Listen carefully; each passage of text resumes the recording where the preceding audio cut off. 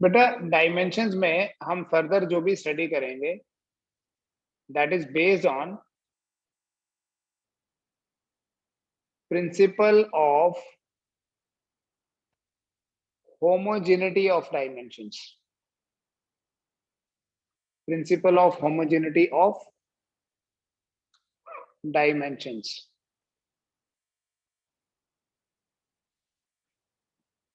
Principle of homogeneity. Homogeneous होता है बेटा similar, similar nature. Homogeneous mixture होता है, हेट्रोजेनियस होता है डिफरेंट. बेटा हम कभी भी अगर हम फिजिक्स की बात नहीं भी करें, जनरल बात करें, कभी भी ना ऐसा कोई ऑपरेशन नहीं करते हैं कि मैं लिखूं 2 kilometre plus 2 kg. This is not valid. This is in fact equal to लिखने का मतलब ही नहीं है, ये एक इनवैलिड ऑपरेशन है, इनवैलिड एक्सप्रेशन है. क्यों इनवैलिड है? क्योंकि यहां लेंथ है और यहां मास है. लेंथ में मास को हम ऐड नहीं कर सकते. प्रिंसिपल ऑफ होमोजेनिटी ये कहता है कि only similar quantities can be added or subtracted. Added or subtracted. Addition और सब्ट्रैक्शन जो है सिर्फ उन्हीं फिजिकल क्वांटिटीज का हो सकता है जिनकी बेसिक नेचर सेम हो. जो आपस में क्वांटिटीज सिमिलर हो, उन्हीं क्वांटिटीज का एडिशन सब्ट्रैक्शन जो है वो पॉसिबल होता है. Only similar quantities can be added और सब्ट्रैक्टेड. जैसे अगर मैं लिखूं 3 किलोमीटर प्लस 2 किलोमीटर, ये वैलिड है. The result will be 5 kilometre. So if I ask you कि इस 3 किलोमीटर का डायमेंशनल फॉर्मूला क्या है, यू विल से किलोमीटर के बेसिस पे you will say L1, kilometre के बेसिस पे L1 and the result is also L1. L1 plus L1 is L1. मतलब हम एडिशन किसका कर रहे हैं? लेंथ में लेंथ को ऐड कर रहे हैं. तो बनेगा क्या? जब हम लेंथ को लेंथ में ऐड करेंगे तो लेंथ ही बनेगी. याद रखना बेटा, मल्टीप्लिकेशन और डिवीजन तो हम करते हैं और क्वांटिटी सेम नहीं रहती है. अगर आप लेंथ को लेंथ से मल्टीप्लाई करोगे एरिया बनेगा, लेकिन length plus length will be length. ठीक है. अगर मैं एरिया में ऐड करूंगा तो एरिया प्लस लेंथ वैलिड नहीं होता. एरिया में एरिया ही ऐड कर सकते हैं, तो रिजल्ट जो है वो एरिया ही होगा. एडिशन और सब्ट्रैक्शन सिर्फ सिमिलर क्वांटिटीज का ही हो सकता है. जैसे मैं बोलूं कि यहाँ रूम के अंदर का टेम्परेचर 25 डिग्री सेल्सियस है और बाहर का टेम्परेचर 35 डिग्री सेल्सियस है. तो टेम्परेचर का डिफरेंस कितना है? डेल्टा टी बोलो कितना है? 10 डिग्री सेल्सियस. कैसे आया, कैसे फाइंड किया डेल्टा टी? मैंने लिखा 35 degree Celsius minus 25 degree Celsius equal to 10 degree Celsius. तो सब्ट्रैक्शन भी तो सिमिलर क्वांटिटीज का ही होता है. ठीक है बेटा, ये फर्स्ट प्रिंसिपल है जिसके ऊपर हमारा पूरा डायमेंशनल एनालिसिस बेस्ड होगा. इसे बोलते हैं principle of homogeneity of dimensions. Only similar quantities can be added और सब्ट्रैक्टेड. इन शॉर्ट, अगर मैं किसी क्वांटिटी का नाम बिना नाम लिए ही एग्जांपल दूं, जैसे मैं लिखूं इफ, कभी भी कोई ऐसा एक्सप्रेशन है इफ x प्लस वाई जो है वो z के बराबर है. अगर x प्लस वाई z के बराबर है कभी किसी इक्वेशन में आपको दिख रहा है, तो इसका मतलब होगा कि x का डायमेंशनल फॉर्मूला, y का डायमेंशनल फॉर्मूला और z का डायमेंशनल फॉर्मूला जो है वो सेम होगा. ठीक है. अगर कभी ऐसा लिखा है, दूसरी एग्जांपल ले लो, अगर कभी ये लिखा है कि a plus B minus C equals to D, तो इसका मतलब देखो a में b ऐड हुआ है. a में b तभी ऐड हो सकता है जब a और b की नेचर सेम हो, वही c की हो और बना क्या, डी बना। इसे बोलते हैं बेटा principal of homogeneity. Principal of homogeneity पे बेस कैसे क्वेश्चंस बनते हैं, ऐसे लिखा है, the displacement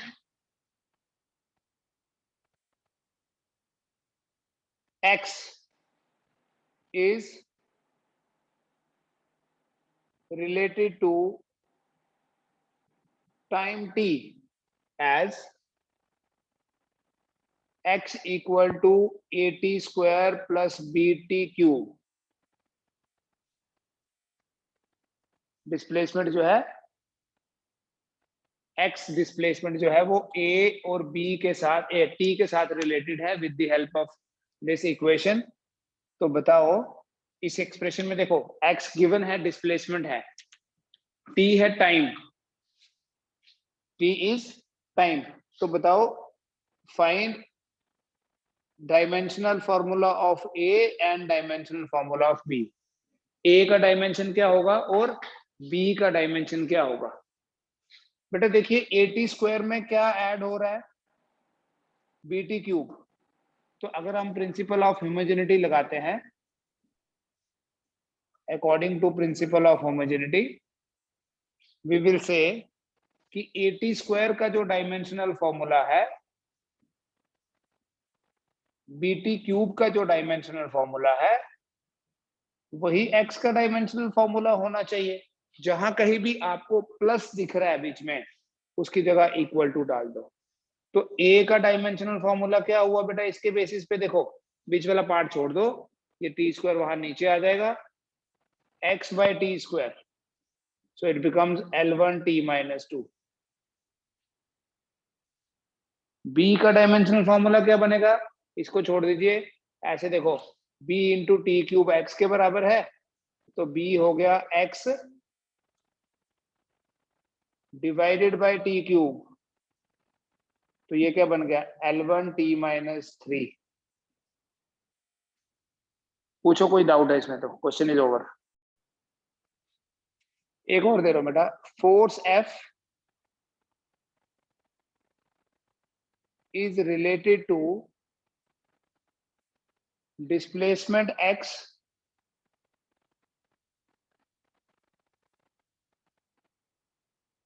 and time t as F equals to a root x plus B T square. ऐसे एक इक्वेशन दी हुई है, फोर्स F किसके बराबर है, a root x plus B T square. तो ये इक्वेशन देख के find dimensions of a by b। what is the dimensional formula of a divided by b? करोगे, कैसे सॉल्व करेंगे, देखो दो तरीके से कराऊंगा। जब भी आपने इस तरह का कोई क्वेश्चन करना होगा, सबसे पहले आप ढूंढोगे बीच में कहीं प्लस या माइनस है क्या, यू विल सी यहाँ प्लस है, लेफ्ट साइड में a रूट एक्स है, राइट साइड में बी टी स्क्वायर है, मतलब a रूट एक्स में क्या ऐड हो रहा है, बी टी स्क्वायर। तो अगर हम लॉजिकली सोचें, अगर ऐड हो रहे हैं ये दोनों, तो इन दोनों की नेचर सेम होगी। तो according to principle of homogeneity, according to principle of homogeneity, A root X का जो डायमेंशनल फॉर्मूला होगा,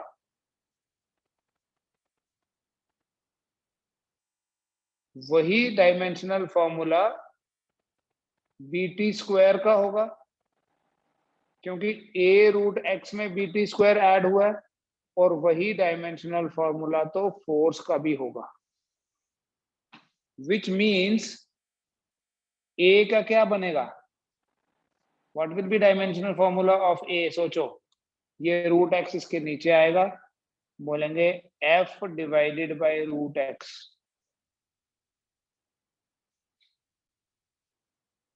that will be equal to force क्या है, m1 L1 t minus 2। Displacement L1 है, लेकिन ऊपर पावर 1/2 भी है, तो 1 इंटू 1/2 हो गया 1/2। फिर सिंपल अलजेब्रा ही लगता है बेटा, मास की पावर 1, लेंथ की पावर 1 माइनस 1/2। 1 माइनस 1/2 तो 1/2 ही होता है, और टाइम की पावर -2। ये आपके पास ए का डायमेंशनल फॉर्मूला आया। इन द सिमिलर वे अगर आप ये वाला पार्ट देखें, आल्सो BT स्क्वायर भी F के बराबर है, तो B का डायमेंशनल फॉर्मूला क्या होगा? F divided by T square. तो B का डायमेंशनल फॉर्मूला होगा, F का क्या है? m1 L1 T minus 2 force का डिवाइडेड बाय T स्क्वायर हो गया T2। So it will be equal to m1 L1 T minus 4। A का भी डायमेंशन फॉर्मूला पता चल गया प्रिंसिपल ऑफ होमोजेनिटी से, B का भी डायमेंशनल फॉर्मूला पता चल गया, लेकिन क्वेश्चन में पूछा था A बाय B का पता करो। तो A बाय B का कैसे पता करेंगे? वी विल राइट A का डायमेंशनल फॉर्मूला है m1 L1/2 T minus 2 divided by B का डायमेंशनल फॉर्मूला है m1 L1 T minus 4। So it becomes m0 L, देखो 1/2 माइनस 1 क्या हुआ? -1/2 -2 प्लस 4 2। चेक करो इसको। वो शॉर्टकट A और B का डायमेंशनल फॉर्मूला तो नहीं फाइंड कर सकता, लेकिन हाँ हम dimensions of A divided bye dimensions of B जरूर फाइंड कर लेंगे। कैसे? देखो सामने दिख रहा है बेटा, A√x में क्या ऐड हो रहा है? BT square. तो जो डायमेंशनल फॉर्मूला A√x का है, अगर डायरेक्टली देखें, according to principle of homogeneity, A√x का डायमेंशनल फॉर्मूला और BT स्क्वायर का डायमेंशनल फॉर्मूला सेम होगा, विच मीन्स अगर आपको A बाय B का निकालना है, B इधर ले आओ, A√x उधर ले जाओ। जब B इधर आ जाएगा तो बनेगा A by B equal to T square by √x, which means कि A बाय B का जो डायमेंशनल फॉर्मूला है, मास तो है नहीं m0, ये देखो नीचे है, इसको अगर लिखना है तो क्या लिखेंगे? T2 divided by L1/2। मास नहीं है, L ऊपर जाके -1/2 T2। पहले भी यही आंसर आया था। तो इस तरह के शॉर्टकट्स भी सीखने हैं, दोनों तरीके से आपको पता होना चाहिए। जो डिटेल में किया उससे तो पता चलेगा कि एक्चुअली हो क्या रहा है, पूरा प्रोसेस समझ में आता है। शॉर्टकट से आप करके कम टाइम में सॉल्व कर सकते हैं। ठीक है, you can save time, you can build concepts with the help of method, पूरा वाला जो कर रहे हैं, and you can save time. दोनों का फायदा है, कहीं हमें टाइम बचाना पड़ता है और कहीं हमें कॉन्सेप्ट बिल्डिंग करनी पड़ती है। इनफैक्ट कॉन्सेप्ट बिल्डिंग किए बिना टाइम बचाएंगे तो फिर वही क्वेश्चन होगा जो किया, लेकिन हमें तो सब करने हैं, इसलिए दोनों चीजें साथ साथ करनी चाहिए। चलो एक और क्वेश्चन दे रहा हूँ बेटा। एक इक्वेशन है बेटा, केमिस्ट्री में भी पढ़ते हैं, फिजिक्स में भी पढ़ते हैं, इस इक्वेशन को बोलते हैं वैन डर वाल्स इक्वेशन। ये इक्वेशन प्रेशर, वॉल्यूम और टेम्परेचर को रिलेट करती है। इक्वेशन के डिटेल में नहीं जाएंगे, हम देखेंगे सिर्फ इक्वेशन है क्या, कहां से आई, क्या मतलब है, वो सब नहीं। P plus A by V square into V minus B equals to RT। इस इक्वेशन को बोलते हैं वैन डर वाल्स इक्वेशन। इस इक्वेशन में जो P है that is pressure, V is volume and T is temperature. ठीक है, इस इक्वेशन को देख के बताओ कि A का डायमेंशनल फॉर्मूला क्या होगा और B का डायमेंशनल फॉर्मूला क्या होगा, करके बताना। अभी बेटा आप लोग चेक करिए, देखो मैंने आपको बोला इस तरह के क्वेश्चंस को कैसे करना है, जस्ट लुक फॉर एडिशन और सब्ट्रैक्शन साइन। ये देखो कि कहीं पे ऐड या माइनस का साइन है क्या, सिंबल है क्या, यू विल सी। P में क्या ऐड हो रहा है बेटा, देखो A बाई वी स्क्वायर। तो अगर हम प्रिंसिपल ऑफ होमोजेनिटी यूज करते हैं according to principle of homogeneity of dimensions. Dimensional formula of P is equal to dimensional formula of A divided by dimensional formula of V square. ऐसे भी लिख सकते हो V square. तो A का dimensional formula क्या होगा? क्रॉस मल्टीप्लाई करो P into V का square. It means that dimensional formula of A is equal to pressure. भूल गए प्रेशर? प्रेशर होता है फोर्स अपॉन एरिया. तो प्रेशर का डायमेंशनल, इसलिए मैंने प्रैक्टिस के लिए आपको क्वेश्चंस दिए थे. प्रेशर का डायमेंशनल फॉर्मूला होगा m1 L-1 T-2 इंटू बेटा वॉल्यूम. वॉल्यूम तो L क्यूब होता है, लेकिन ये वॉल्यूम का स्क्वायर भी है साथ में, जिसके कारण ये L6 बन जाएगा. तो A का डायमेंशनल फॉर्मूला आ जाएगा m1 L-1 T-2 into L6, 3 2 6, which means that the dimensional formula of A is equal to m1 L5 T-2 -1 plus 6 is 5. ये आ गया आपके पास A का dimensional formula. Similarly also V में से क्या सब्ट्रैक्ट हो रहा है? V में से B सब्ट्रैक्ट हो रहा है. तो V का डायमेंशनल फॉर्मूला और B का डायमेंशनल फॉर्मूला सेम कर दोगे तो B का डायमेंशनल फॉर्मूला बन जाएगा L3, क्योंकि स्पेसिफाइड है कि V क्या चीज है यहाँ. V is volume. तो A का भी आ गया और B का भी आ गया. अभी आप अपने जो भी आपने सॉल्व किया है, ठीक है या गलत है, उसको चेक भी कर लो, और अगर कहीं पे कोई प्रॉब्लम है तो वो भी देखो कि क्यों वो गलती हुई है. ठीक है. तो इस तरह से मल्टीप्लाई में सर इसको इक्वल नहीं ले सकते डायमेंशन? नहीं बेटा, मल्टीप्लाई में नहीं, मल्टीप्लाई में नहीं लेंगे ना. अगर मल्टीप्लाई में लोगे फिर तो कभी नई क्वांटिटी बनेगी ही नहीं ना. मल्टीप्लाई तो कर सकते हैं हम डिफरेंट क्वांटिटीज को. अगर मैं बोलूं कि फोर्स होता है मास इनटू एक्सेलरेशन, तो ये थोड़ी बोलेंगे कि जो डायमेंशनल फॉर्मूला इसका है वही इसका भी होगा. सिर्फ एडिशन और सब्ट्रैक्शन सिमिलर क्वांटिटीज का होता है. अगर मल्टीप्लिकेशन और डिवीजन करके भी सेम रहे रिजल्ट, तो फिर नई क्वांटिटी कैसे बनेगी? मल्टीप्लिकेशन और जैसे अगर मैंने लिखा ना x into Y plus Z is equal to w, suppose, इसका मतलब होता है x इंटू वाई का जो डायमेंशनल फॉर्मूला है इकट्ठा, वो z के डायमेंशनल फॉर्मूले के बराबर और वो w के बराबर है. x और y का आपस में बराबर नहीं है. x का किसके बराबर आएगा? w divided by y.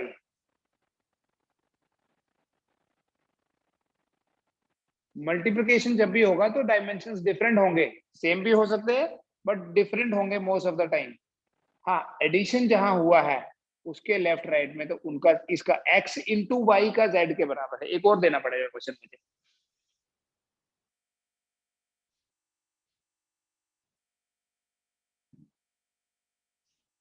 देखो, जैसे force is equal to A divided by B cube plus density. तो बताओ A का डायमेंशनल फॉर्मूला क्या होगा और B का क्या होगा? चलो आप ही करो. What is dimensional formula of A? What is dimensional formula of B?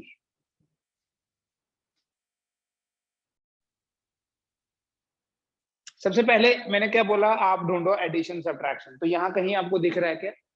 B cube में क्या ऐड हो रहा है? डेंसिटी. तो B क्यूब का जो डायमेंशनल फॉर्मूला होगा वो डायमेंशनल फॉर्मूला डेंसिटी का ही होगा. जो डेंसिटी का डायमेंशनल फॉर्मूला है B क्यूब का भी वही होगा. तो B का क्या हुआ? मैंने B क्यूब का थोड़ी पूछा, मैंने पूछा B का क्या होगा. तो अगर आप इधर से इस 3 को हटा दोगे तो यहाँ 1/3 आ जाएगा या नहीं?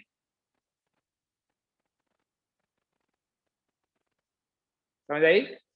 तो बी का डायमेंशनल फॉर्मूला क्या होगा? डेंसिटी होता है बेटा मास अपॉन वॉल्यूम, तो m1 L-3 पावर 1/3 भी है, जिसके कारण ये बनेगा m⁻⁴ L-1। क्या किया? 1 को 1/3 से मल्टीप्लाई किया, 1 इंटू 1/3 हो गया 1/3, -3 इंटू 1/3 हो गया -1। फिनिश्ड। फिर देखो दूसरा पार्ट, मैंने आपको क्या बताया अभी कि अगर x में y ऐड करेंगे और z बना, तो जो डायमेंशनल फॉर्मूला x का है वही y का है वही z का है, ये दोनों ऐड हो रहे हैं। अब बी क्यूब तो यहां से करोगे तो फिर डेंसिटी बन जाएगा, तो डेंसिटी प्लस डेंसिटी क्या होता है? डेंसिटी ही होता है। डेंसिटी में डेंसिटी ऐड करेंगे तो डेंसिटी ही बनेगा। तो अगर आपको ए का डायमेंशनल फॉर्मूला पता करना है, क्रॉस मल्टीप्लाई करो, ए का डायमेंशनल फॉर्मूला होगा फोर्स इंटू डेंसिटी। समझ में आ गया? क्योंकि ऐड करके कोई नई क्वांटिटी नहीं बनती, नई क्वांटिटी बनती है मल्टीप्लाई करके या डिवाइड करके। एडिशन और सब्ट्रैक्शन में फिजिकल क्वांटिटी की नेचर सेम रहती है, तो density plus beta cube will be density only, तो A will become force into density, जिसके कारण इस ए का डायमेंशनल फॉर्मूला, फोर्स क्या है बेटा? फोर्स का डायमेंशनल फॉर्मूला क्या है? Force is m1 L1 T-2 and density is m1 L-3, so it becomes m2 L क्या होगा? 1 - 3 क्या हुआ? -2 and T-2।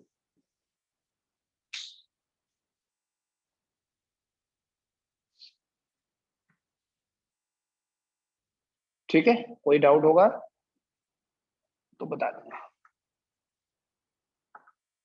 उसके बाद हम थोड़ा सा मैं आइडिया और दूंगा अभी। ये है principal of homogeneity of dimensions. Basically हम प्रिंसिपल ऑफ होमोजेनिटी को यूज करके एप्लीकेशंस करते हैं, एप्लीकेशंस ऑफ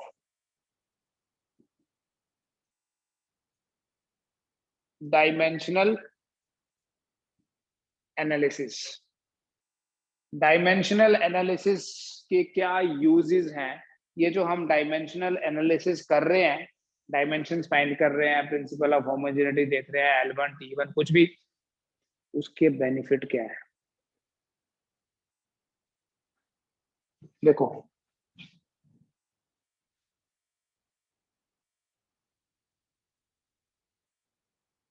हम बेटा कोई इक्वेशन चेक कर सकते हैं to check the accuracy of a physical equation.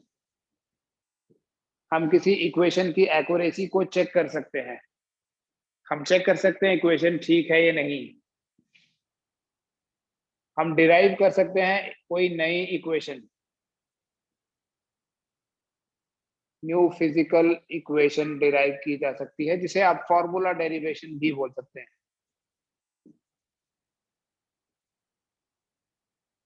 Dimensions की हेल्प से हम कन्वर्ट करते हैं, to convert a physical quantity from one system of units to another system. जैसे SI से CGS या CGS से SI, या कोई नया सिस्टम भी गिवन हो सकता है। और ये सारी की सारी जो एप्लीकेशंस हैं, ये प्रिंसिपल ऑफ होमोजेनिटी पे बेस्ड हैं। चाहे हम एक्यूरेसी चेक करें, चाहे हम कोई नया फॉर्मूला डिराइव करें, सिचुएशन गिवन होगी, हम करेंगे डिटेल में, चाहे हम किसी फिजिकल क्वांटिटी को कन्वर्ट करें। देखो एक्यूरेसी कैसे चेक करनी है? आपके जो डायमेंशंस के न्यूमेरिकल्स रहेंगे वो ये सेकंड और थर्ड एप्लीकेशंस के हैं। ये पहली वाली एप्लीकेशन थोड़ी सिंपल सी है, इसको बोलते हैं to check the accuracy, correctness.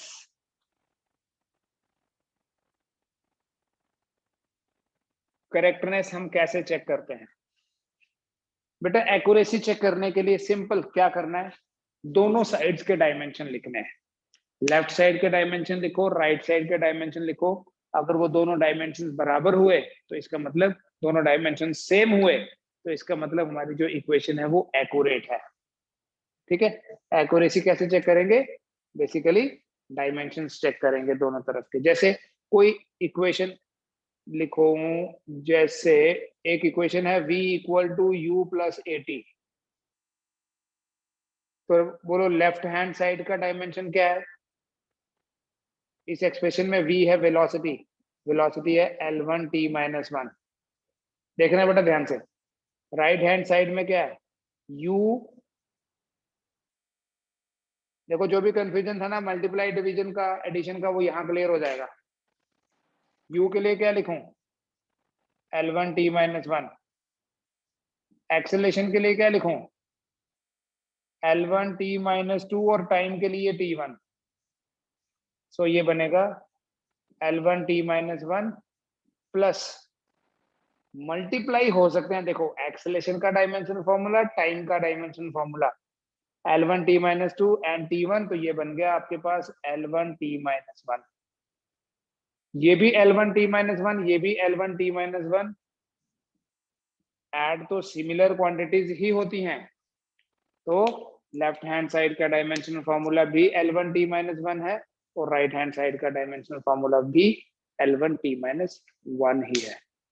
तो इक्वेशन के दोनों साइड में अगर एक जैसे डायमेंशंस है, ऐसे ही चेक करना है। एक और दे रहा हूं आपको, सिर्फ आप चेक करो कि एक फॉर्मूला है टाइम पीरियड का, time period of a pendulum. मैं बताऊंगा क्वांटिटीज कौन सी हैं। Time period t is equal to 2 pi root L by G. This is expression for time period of a simple pendulum. इस एक्सप्रेशन में t time period है, L जो है दैट इज लेंथ, और बेटा जो g है दैट इज